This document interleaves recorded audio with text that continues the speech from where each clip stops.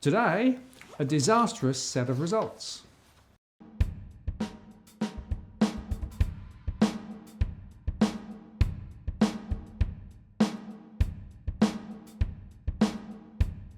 Hello, I'm Martin North from Digital Finance Analytics. Welcome to our latest post. And today we're looking at the latest national account figures for June 2018. And to help me, I've got John Adams with me. Hello, John. Good to see you again. How are you going today? Very good. Now, I know you've been looking at these numbers in some degree of detail, and the headlines coming through from all the news wires is this is a great set of results, boom times ahead. What's your view? It is a complete disaster in terms of the numbers that we've seen today. Just to sort of go obviously in previous episode we talked about financial propaganda. So what the Financial Review, the Australian and a whole bunch of other organisations have said is that GDP growth was at 3.4%, and then basically that is a fantastic above average GDP growth. Boom times, the AFR are saying, and the economy is roaring ahead. Now, once you start to peel under what is the real source of growth, what is the real growth number, but then where is that source of growth coming from? A lot of the issues that we've been talking about over the first 6 or 7 episodes that we've done together, a lot of those issues are getting worse, and the numbers today with the national accounts and then yesterday with the foreign debt numbers is showing that we're getting deeper into debt, savings is going down, and that is the source of the growth. So I think the first place to start is about this 3.4%. Now, what the ABS and the media have reported, and this is what Frydenberg and the government has sort of talked about today, is 3.4% is they've compared the growth, GDP growth of the June quarter of last year, and they've looked at this year, and they've looked at the difference. And they said the difference between that is 3.4, that's where the 3.4 comes out. But if you look at how much growth, GDP growth, real GDP growth occurred in the 17-18 financial year, so you look at the September, December, March, June quarters, it's actually 2.9. Right. So just so I'm clear, so if you add up the 4 quarters, yes, right, you get 2.9. That's right. But they've come out with 3.4. 3.4. So yeah, and the 3.4 is looking at June quarter to June quarter. Okay. Whereas the appropriate way to look at GDP growth is looking at the 4 quarters within a financial year, because you may have a strong June quarter, but you may have a weak December quarter. And obviously, you want to actually see what seasonal variability you may have in a financial year. So that's why it's important that you add up the growth of the 4 quarters, and when you do that, you get 2.9, not 3.4. Right. So is there just a convenience here that actually the 3.4 number's higher and it's more in line with what the RBA thought it was going to be? Probably so. Right. Okay. Probably so. But the real number's 2.9. 2.9. Okay. So that's probably the first point to start off with. Now, the second point is that, and obviously this is something that you brought to my attention before we started recording, was the GDP per capita numbers. So we had GDP for growth for the economy at 2.9, but when you look at GDP per capita, it's 1.7. And basically what we have seen, so when Abbott walked into the 2013 election, he promised that they would deliver 5 million jobs within 5 years and 10 million jobs within 10 years. And I remember being an advisor and I was scratching my head and thinking, well, how are you going to achieve that sort of numbers? And at the time, the economist who was working in Abbott's office he said, well, we looked at, this is Abbott's office. Abbott's office looked at the growth, the employment growth figures that the Howard government delivered, and basically said, well, we can deliver something similar like that. Now, there was a lot of skepticism by Synodinos and a whole bunch of other people say was that Howard pushed a lot of microeconomic reform that drove economic efficiency throughout the economy, and that was the source of real productivity growth and in terms of the growth that came through with economic growth and then the jobs that were created subsequently. So there's some real skepticism before the 2013 election about where those numbers would come from. And obviously what the Abbott, now Turnbull Morrison governments have been doing in particular is they've had very high net overseas migration, so that they could actually bring in more people, and that extra population has allowed economic growth to rise to to artificial levels. So this is not real productivity growth, real sources of growth that you would expect in a healthy economy. We're getting a lot more overseas people in, and those overseas people means a larger population. And when you actually count GDP, the gross domestic product of an economy is actually going up. Okay, so we've got growth then really coming through because we've got more people coming in the country, right? But on a per capita basis, the contribution that it's making to the real growth in the economy is a lot lower than the headline number.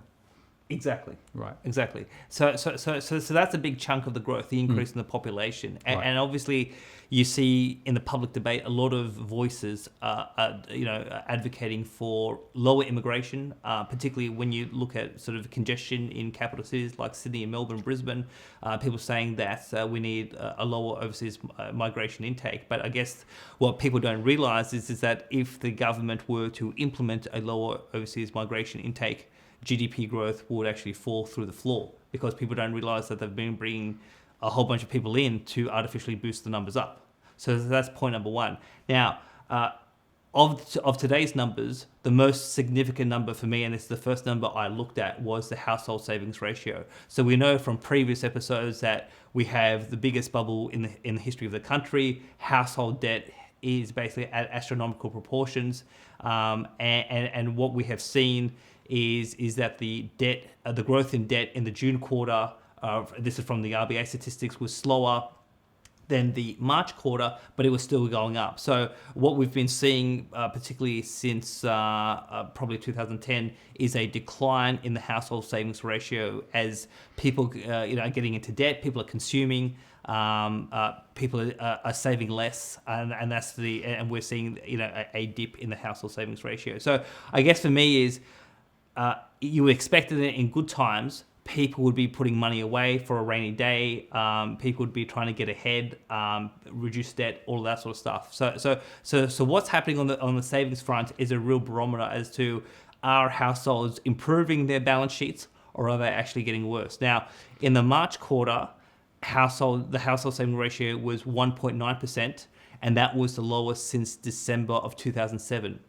Now, in today's figures, that number was revised from 1.9 down to 1.6 for the March quarter, and for the June quarter, it came at 1%. So in December of 2007, it was 0.9, and then when we had the GFC, it sort of shot up to about 10%. But now we're at 1%. So we've seen a massive fall in household savings, and it's another indication that that people are getting further into debt. And obviously, a big chunk of the growth in the June quarter came from consumption, and the ABS talked about consumption coming from discretionary and non-discretionary. So the non-discretionary are the things that we have to spend in order to get by, and then the discretionary are things that are optional. So we're basically seeing that, yes, with cost of living, childcare, transportation, petrol, rent, all of these sort of things, they are biting the average Aussie. But then the average Aussie is also going out to splurge on things that they don't necessarily have to buy. And that's where a lot of the growth is coming from. But the consequence of that is that we're seeing the lowest household savings ratio since December of 2007. And interestingly, of course, my surveys, the household surveys, also have been picking this up. All right. And so what's fascinating about that is that the people who are dipping into their savings are the people who, firstly, are already in some degree of mortgage stress. So effectively, they are getting by grabbing some of those savings, right? And the other group that's doing it, interestingly, are people who are refinancing. So there are some people who are still refinancing now with the low rates, but they tend to actually extend their mortgage a little bit, and then they're creating some additional capital. They stick that away in a savings account, and then they start spending it. So even the story here is even worse than it may at first appear, because the high-level savings rate numbers going down. But we've got, on the other side of the equation, debt still rising, still around 6% per annum, according to the latest RBA statistics. And some of that is refinancing that's also effectively going out the door too. So this is a very significant and worrying trend, in my view. Indeed, and obviously when what we saw yesterday was the external sector of the economy being released, and you know the significant numbers coming out of yesterday was the current account deficit, but also the foreign debt, and obviously our second episode together was about foreign debt. So the numbers for the June quarter was that gross foreign debt got to a record high of 2.236 trillion, and that was 121.42% of GDP. And the net foreign debt is 1.036 trillion, a record high, and 56.28% of GDP. Now, the percent of GDP, that's not a record high. A couple of years ago, we were above 60%. So proportion relative to the economy, it is slightly better. But the gross nominal figure, it is at a record high at 1.036 trillion. And we also know that some of that debt is on 90-day, right? That's right. So the other thing that people need to bear in mind is that ahead, we know that a lot of that debt is going to have to be refinanced and refinanced, right? And what's happening to international interest rates? They're going up. Exactly. So that puts yet more pressure on the local economy. Exactly. And obviously with the post that I think you did last week about Westpac. Yep. So we're seeing that the country is getting in more foreign debt. Global interest rates are going up. The BBSW is obviously reflecting the higher increase of funding costs, and then the banks have to pass it on rather than taking the margin hit and punishing shareholders. So you know, all of the numbers are getting worse. On the savings front and then on the debt front. I would make the point that the analysts highlight that even if the BBSW stays where it is, in other words, it doesn't deteriorate further, because of this refinancing risk that we've got and on the 90-day cycle, right, there are more rate hikes already built in. So the estimates are there's about another 50 basis points which need to come through from the banks into the mortgage sector just to get their margins back to where they should be. And what time period do you expect that to come through? Well, because of the fact that this is on a 90-day cycle, right, in the next 3 months. And so you're looking at mortgage rates going up 0.5%. If they were to try and get back to where they were a year ago, that's what they'd need to do. They probably won't do it because of the fact that if they did, they know they'd kill a lot of households. But there is this incessant pressure built by this international financing problem that we've got. So it's big debt, it's short-term debt, rates are going up, and the banks are basically now standing in the face of a gale. Indeed. Now, just going back to our very first episode when we talked about the in terms of the debt bomb, there was a particular graph that I showed, which was the housing to credit, which is a series from the RBA relative to GDP. And I made the point at the last recession, it was at about 22%.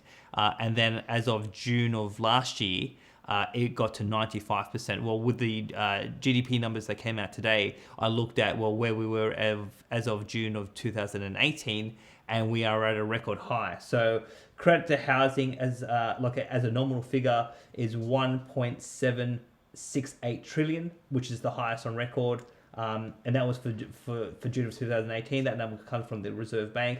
And then credit to housing as a proportion of GDP is at 96.01%. So that is a record high. So the behavior that has been concerning me about where we were at the last recession, where we are today, it has continued to go up. And obviously with credit to business and credit to other personal, credit to business, it is at a record high in terms of its nominal figure at 920.8 billion.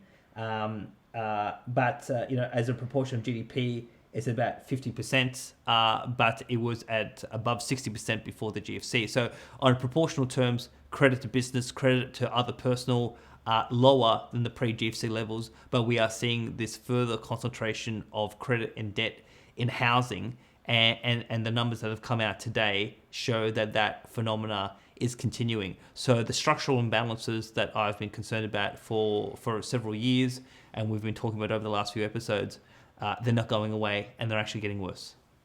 Okay, so then standing back, a pretty bad set of results. So we shouldn't sort of say, "Yay, everything's fine." There are actually some very serious structural issues here. Yeah. Right. And really, there is no recipe that we have as a country to try and tackle these fundamental structural issues that we have. Well. So I think there are policy measures that the government of the day could implement, but there is no conversation among our institutions. The government doesn't want to talk about it. The RBA, APRA, you look at the mainstream media, they're all just saying everything is fantastic. No one's looking at the sources of growth. No one's looking at the underlying structure of the economy. And we've been saying that the economy is sick, and the results today saying the economy is getting sicker. And this is on a backdrop of the emerging markets. When you look at Venezuela, Argentina, Turkey, you look at the Indian rupee, you look at the South African rand, you look at what's happening with the Indonesian currency, and also with the outbreak of inflation in the Philippines. You're starting to see the global system, the global economy starting to fracture. And so the Armageddon that I've been talking about, I mean, we're getting closer, because you're seeing more and more economies starting to get into trouble that can lead to contagion effects.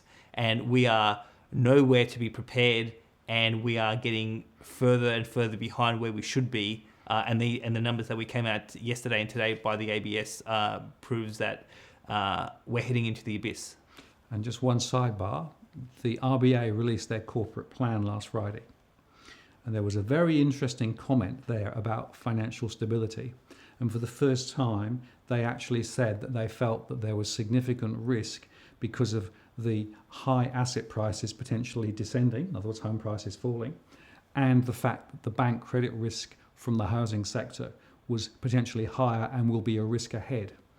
So for the first time, the Reserve Bank now has moved beyond household debt to say that actually there are structured issues around the debt and the housing. Of course, nothing to do with them, but it's now in their corporate plan. So we don't need to worry. They're now thinking about it. Well, I mean, it's interesting you picked it up, because I suspect that if the economy does blow up and people are pointing fingers and saying, well, who is to blame? The RBA may point to the corporate plan and say, well, we knew about it, we said it, but we were not the sort of main culprits. And my view, and we talked about it, I think, in a previous episode. I think the RBA is basically the grand criminal in the whole debt scheme. Thank you, John. I really appreciate your time and your analysis on this, and I think we probably are seeing more of what we thought was going to playing out. So I guess we're going to track this ahead. Absolutely. Thank you, John. So there you have it. Don't be deceived. The superficially good news is actually it's more of the same that we've been seeing and we've been saying will happen, and expect more bad news ahead. I'm Martin North from Digital Finance Analytics. Many thanks for watching. And if you like the post, please share it. And if you haven't subscribed, please subscribe. And if you would like to help us to make more videos, please support us via Patreon. Talk to you again soon. I'm Martin North from Digital Finance Analytics. See you later.